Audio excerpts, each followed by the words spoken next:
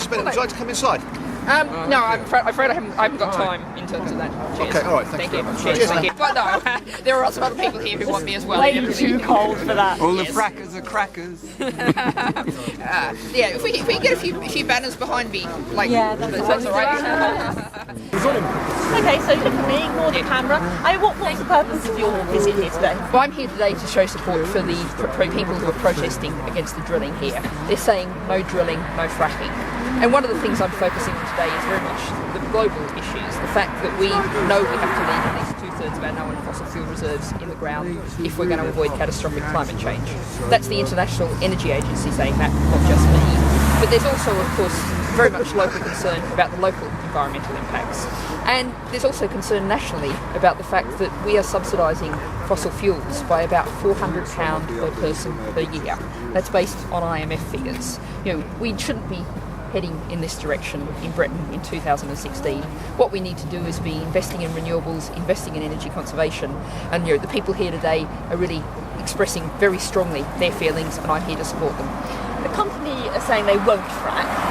Fracking can only happen 1,000 metres down. They're only going 700 metres down, so it's impossible for them to frack anyway.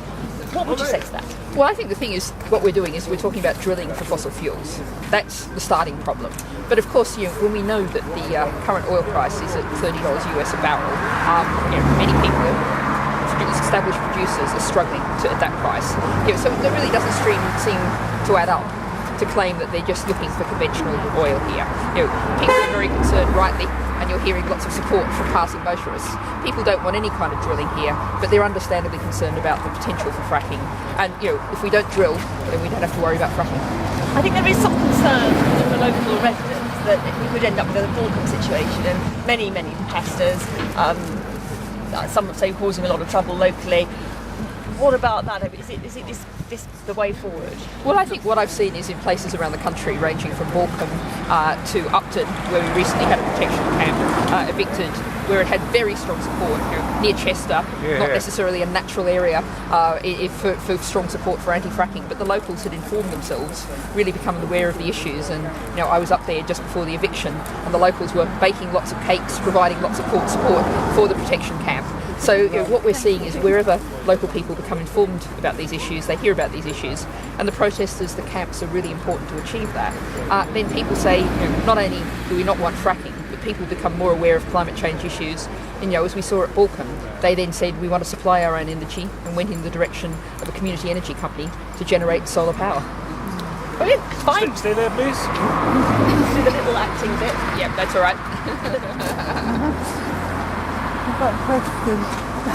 Will you up this for a second? Sorry. Thank you. Hitting every nail. Okay. I think they were hoping that you sort of go in and have a look round. Well, I was planning to, but that's where I get to the bit where I get more passionate about renationalising the railways about 3 times a week on average. So I was planning to be here at least an hour earlier, but I'm afraid the situation with the trains. Round, do you think? Will he manage? I'm not sure what Keith's plans are, but that was my plan. But I'm afraid I just have to leave at a time, and so I'm here to support the camp and the protesters. So Thank that's what I'm doing. Yeah. Thanks. Okay. How's that? A bit more. Okay. Bit more. So you're hoping that maybe are you wanting a bigger protest here, or is this enough? Or? Well, I think what we will see is naturally this will grow. Yeah. I mean, I'm hearing from the fact that this virtually started with a couple of people, and one of the things we're seeing is people are coming from around the country and getting together and supporting each other's protests. Yeah. Balkan was really where it started. In Balkan there were people from Wales, there were people from up in the northwest and northeast, and that's where people got together, got to know each other, and that was a really useful, supportive thing. But the movement has just grown since then, and it's become much broader as a movement, not just about opposition to fracking, but also support for renewables, support for energy conservation, support for a different kind of energy system, which was what was signed up to in Paris at the end of last year. So we just get some shots of you together when the slow walks were going on. And I mean, that was the police were really trying to stir things up. And they just were really aggressive and illegal in their arrest this morning. All right, Well done, thank you. They didn't say what powers they were using or anything. Appeals going on at the moment. Exactly. Yeah. No. Where local democracy has been totally overridden. improving. Yeah. And I could tell that they're not letting people wearing T-shirts, frat-free or Green Party T-shirts are not being allowed into the hearing. Which is, how can that be That's democracy, democratic. open justice? It's exactly. definitely not that kind of thing. And it's a real issue. And I think I was saying this morning, Balcombe, I met a couple of women, of grandmother age from the next village who'd never seen anything like it before, and they came along and were just absolutely horrified by what they'd seen in terms of the nature of the policing, and they sort of said to me, we didn't think British police behave like this. So that's one of the things that happens, as the locals, as they see what's happening, see that you're peaceful protesters who want to reach out to them, talk to them, support them in their area. That's something that's really important, definitely. And then people have stopped and said, well done, thank you for what you're doing, we're really glad you're here. These people behind you are very local. Hello. Hiya, Natalie. Just the other side of this place. Hiya. Good to meet you. Great to meet you. Good stuff. Like, you live about as close as possible to live in. All right, okay. Just 5 minutes. From our place. Right, A huge pile of rubble in Mr. Brown's. And do you feel worried about a camp? Oh, it's not a camp. Slightest. We're not, no, but we do know a lot of people who are. There is a local group which is attached to the Residents Association. I'm a committee member of that as well, actually, called Horse Hill Action Group. It would be better titled Horse Hill Inaction. The only mails it sends out are warning there will be protesters.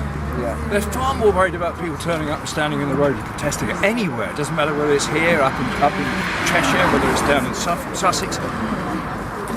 But they're much more worried about that than the prospect of drilling and fracking. But I think the thing is, it does change. One of the things Balcombe did particularly well, and I think they did really well in Upton too, was to do outreach, do children's face painting days and tea and cake days, and you say this is not going to be threatening at all. This is going to be a nice place to come and find out more, and communities did really shift over time. It took a little while to get through those cultural barriers, but everything you can do for those get over those cultural barriers is well worth it. And the public footpath that runs along here has actually been shifted and it's been fenced in, and now it's been cut into the hedgerow, and you can see the roots of the brambles there. That footpath is going to be inaccessible, and so the likes of you, the likes of me that are trying to get across our public footpath, we cannot now any longer access the public footpath, or we won't when the plants start growing. Brambles. It's impossible effectively. They're sticking out of the ground now. It's a massive amount of damage been done since this first started. Yes. Massive.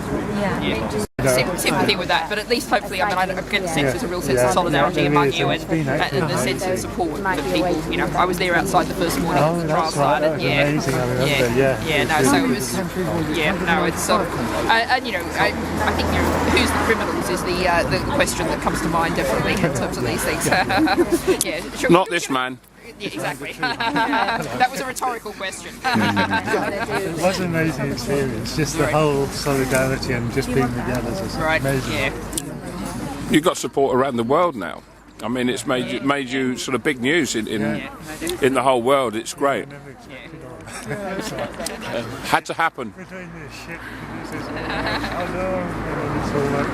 You come here, we can talk about it. Vacancy in the region. Hello, Yvette, BBC South East. Nice to meet you. What would you like? Yes. Did you do a politics show like this? Well, I've done. Right, I've hold actually that. presented, but I've done You want me to do what? Yeah, that's me. We're go a long way back. I know. A very long way. What I was going to say is that if you want to go in and have a look round, they will let you round. And we can film you going round and looking at the sites if you want. Because that's what they were sort of expecting, but I know Natalie's a bit late. She was Okay. Shall I speak about services and shall I speak about Would you mind? It's basically that road, but it's quite a bit of a walk. No, not really. Well, as you can see, everything you need. Very nice. Do you want to do it? I need new gear. It's all this 124 potential billion barrels. Only a fraction to be gone on, but what's the fear? Well, I mean, I think what we need to do is seriously ask ourselves, a month after 194 countries reached agreement in Paris about how to reduce carbon emissions, we need to have a serious conversation about what to do with that billions of barrels of oil. Do we want to take it out and make the problem worse? What this government needs to do is to make sure it's taking a full account of the potential of renewable energy, because that's happening in other parts of Europe. People are actually seeing the value of that, getting energy for free, and getting low carbon energy. Oh, brilliant, that's perfect. It's all right. No, that's brilliant. We need to go in. Natalie's gone in, we need to go and follow. Thank you very much. Nice to see you again. Nice to meet you.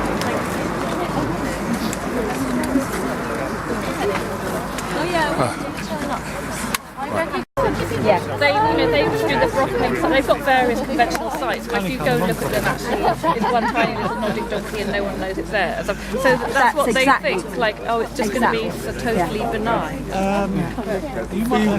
You don't take billions of oil, billions of barrels of oil out of the ground and nobody knows. I'm actually on that committee called HHAG, Horse Seal Action Group, Oh, right. which I prefer to call Horse Seal In Action Group. It hasn't even been convened for 14 months, something like that. Is there any way to start that? Well, the last contact I had, Chris Lowe. He's on all these committees. Chris Lowe mailed me